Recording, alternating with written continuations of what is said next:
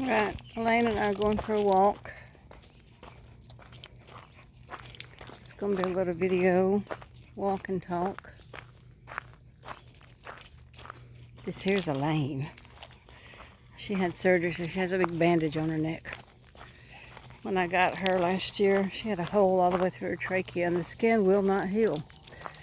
So this is her third surgery. But I never know what to talk about. I haven't posted anything for a while. I've just been kind of working on this tiny house, which I'll show a little walkthrough maybe at the end. I want to talk about depression and isolation. I'm an introvert by nature. I love being alone. And if I go out and do things, it takes me a little while to regroup. A little day of rest or two, but I haven't been going out at all, hardly. I've been going to a trivia thing at a place in town with some people I know. I don't really have friends. I have acquaintances. I say friends, but I mean honestly. To me, a friend's somebody you can call when you really need to talk about stuff like this. Like waking up every day and saying, what I'm going to do today. And you can go to get a job, have coworkers, and that's great and all. But they're still just coworkers. You sure can't talk about your problems with them. I've learned my lesson there. Or good things that happen. Don't tell them about good things that happen. Because they're jealous. They're jealous and they'll tear you down. But I was doing better in Tuscaloosa, even though I wasn't really going out much. Once or twice a month, I would go out with one of my neighbors and we would get lunch. And that was okay. But, I see a for sale sign up there on that property.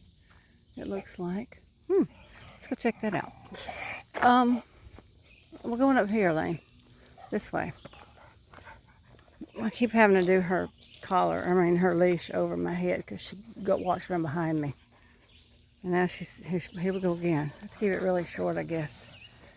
Because I don't want to have to turn around and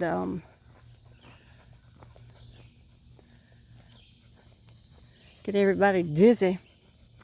But yeah, I'm getting really, since I got up here, I was okay there to a degree, I didn't feel like I wanted to really start anything because I knew I'd be leaving if he came back. It was kind of a temporary setup. I was there for a year.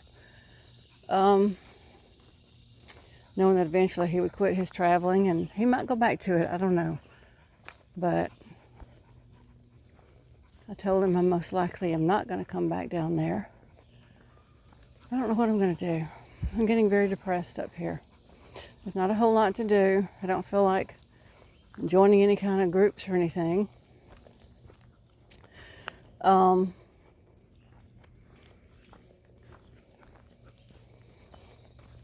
don't know what there is to join up here. We have some things at the library that go on. I've been going to trivia. The ladies I play trivia with mentioned they went to a mahjong class. It was supposed to be, wound up being a teaser to try to get people to sign up for class. What does it say? It's just phone numbers. Really, these are practically unbuildable lots here. They're straight down. So, yeah. Anyway, if you want a lot on the Alabama-Georgia line, there you go. It's more like an inlet to the lake. The lake's actually down there. And getting to it sounds like a pain in the rear end, so I won't be going there. I've been really depressed and anxious to get this property fixed up, get the blue house sold, and I just need to get the other one underpinned. I think that would help. And then try to sell it because I just feel like I'm not doing anything here. I walk her, and I like the area. It's a beautiful place. The people are friendly enough. And I know a lot of people up here. But I just don't feel like I'm doing what I'm supposed to be doing. And I think I would like to be part of something bigger. You know, I definitely don't want to go back to doing bookkeeping for some narcissistic boss. Seems like every boss I've had for the last 20 years has been, especially the last 10, has been a nightmare. You know, the kind of person they walk in, your butt puckers up. It's like, oh Lord, here they are. But isn't this gorgeous? What a beautiful day. And I still appreciate a beautiful day. But some days I just don't know how many more I need to carry on. I have to take care of this thing though, so there we go. I'm still recovering from losing Milo last year too. I had him for 12 years. And he was my best buddy. And I try to remember before that I had William for 14 years. They overlapped a couple of years. William was a 14-year-old coonhound. When I finally had him put down, he was doing okay. He was in pain though. And I said with Milo, I wasn't going to let him suffer like William did. So, and he got to where he had hip dysplasia. He couldn't get up and down.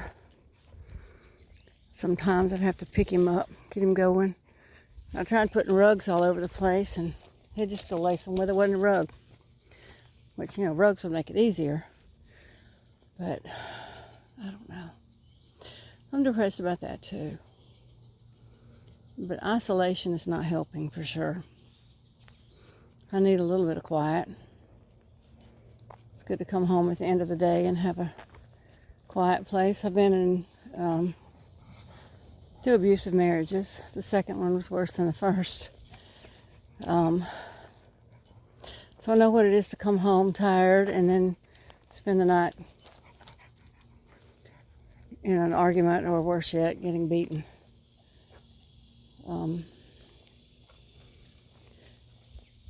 You know, it drains you. And leaves you with permanent arthritis in my case. Have constant chronic back pain. My neck has been damaged and my lower back has been damaged. And so that's an issue. And so, you know, as someone said, getting old isn't for the weak, and it's not. It ain't for the weak. But I'm only 60. I'll be 61 in, 4 months, I think? August, September, October. Yeah, 3 months. 3 months, I'll be 61. And, you know, I just wonder what's for the future, because right now I'm not seeing much of a future. And I'm trying to find, okay, what would you be interested in? What excites you? Nothing excites me anymore. And I just want to know, is this normal? I see other people my age or older and they're still out working and getting it. And I've just kind of given up on trying to find a job. And you know, if I started a business trying to get customers, that means I have to get out and talk to people. You know, I used to be good at sales, but again, that was 30 years ago or more. Talking about my 20s, early 30s, before I met my second husband. We started the plumbing company, and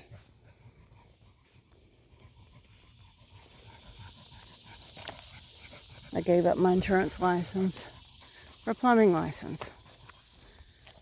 Which I learned some skills, you know, but, you know, whatever is a skill you don't want to have. Who wants to be a plumber?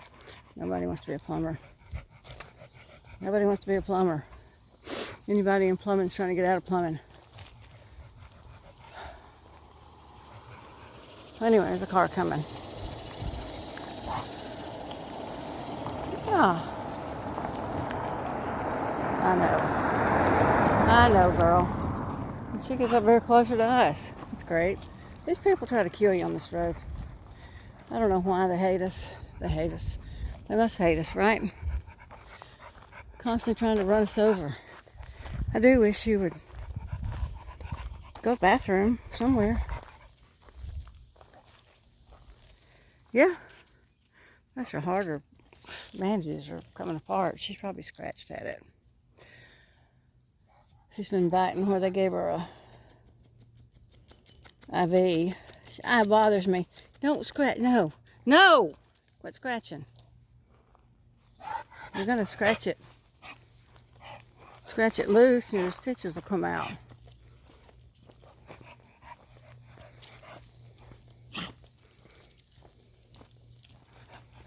Anyway, that's where I am right now. Talk about depression. Because that's what I'm feeling. Nothing. Numbness. Just feeling numbness.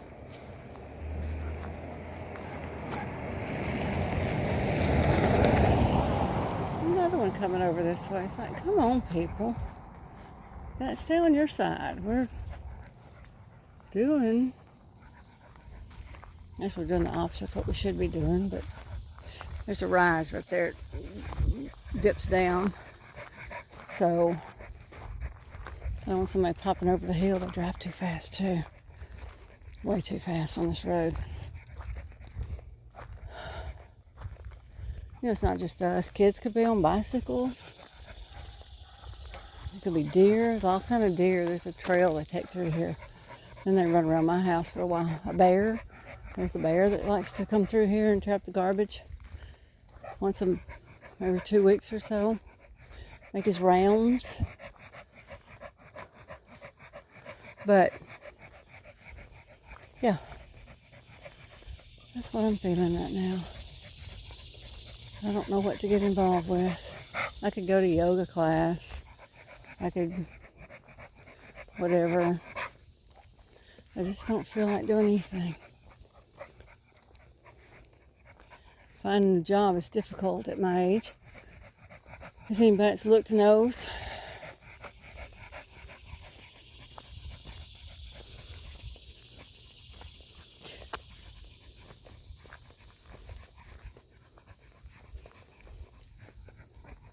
As I've talked about before, I was hired on it, 2018.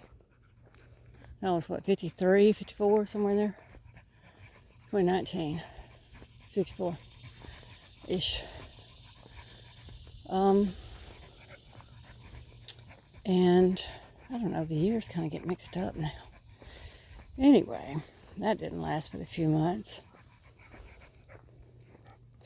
When I interviewed, the boss came over, not the manager at that location, because the manager was off doing something else. Anyway, the boss wanted to be there too. And he looked at me and he said, "This is an 8 to 5 job. Is that what you're looking for?" And I said, "Yes, sir, that's exactly what I want." And then later, as I got into it, found out they wanted me to answer the phone 24 hours a day from my home. And I lived way out on a lake. So I didn't always get phone service. And so that wasn't going to work. So I was already looking for another job, and then they fired me. So, and I'd been there, I don't know, 6 months or so, maybe a little bit less, 5 or 6 months. And it took me about 3 months to find another job. And then after about 18 months, he fired me. And I think it's because, I don't know why. He was not a good person anyway. He hired on the boss of our general manager to be operations manager. And then wanted to cut her salary down by 25% after a couple of months. Which he did. He offered her a job at another location for full pay, what she was making. But she hated it up there, so she was crying one day, and so I offered to go back to 32 hours a week. And I think with that and the knowledge that I had an inheritance, it's not a big inheritance, and I was older, and I would, I try to help out by putting in my input on a situation with whatever. Like trying to explain that the general manager was also our estimator. And one day the boss was getting on to him about not estimating high enough. And so I was pointing out the numbers, the books, that we are making a profit, even without the PPP loan, because it was all during the V time, the CO did it at that time. And he took that badly. And then I don't know, a couple of things I said that, bosses don't want your input. They don't. So I think that had a lot to do with it. Anyway, I didn't last long there.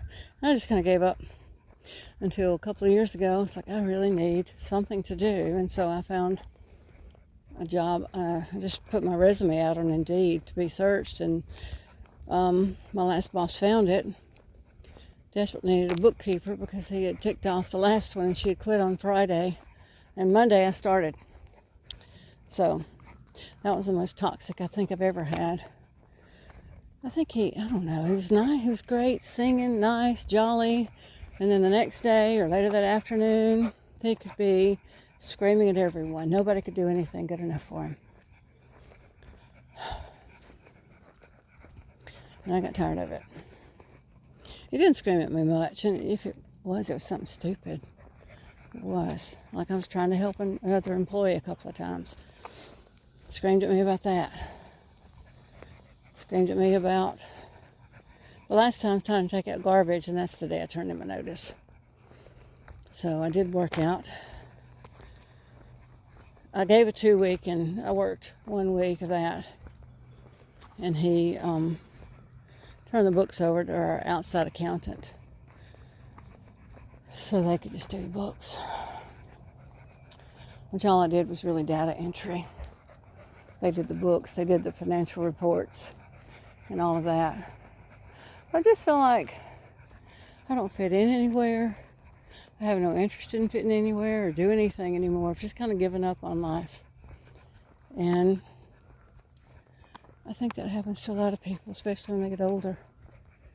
You wonder sometimes, how do people just sit in their house all day in the dark watching TV? Now I know. Anyway, dead end. It's kind of appropriate for this, isn't it? Dead end. So we're going to turn back now. Yeah, let's turn back and go back. And tell them goodbye, Ellie Bailey. We got to take her back to the doctor tomorrow for a follow-up. Anyway. She's a good, look at her. She's beautiful. All right, I'll let you go. Talk to you later.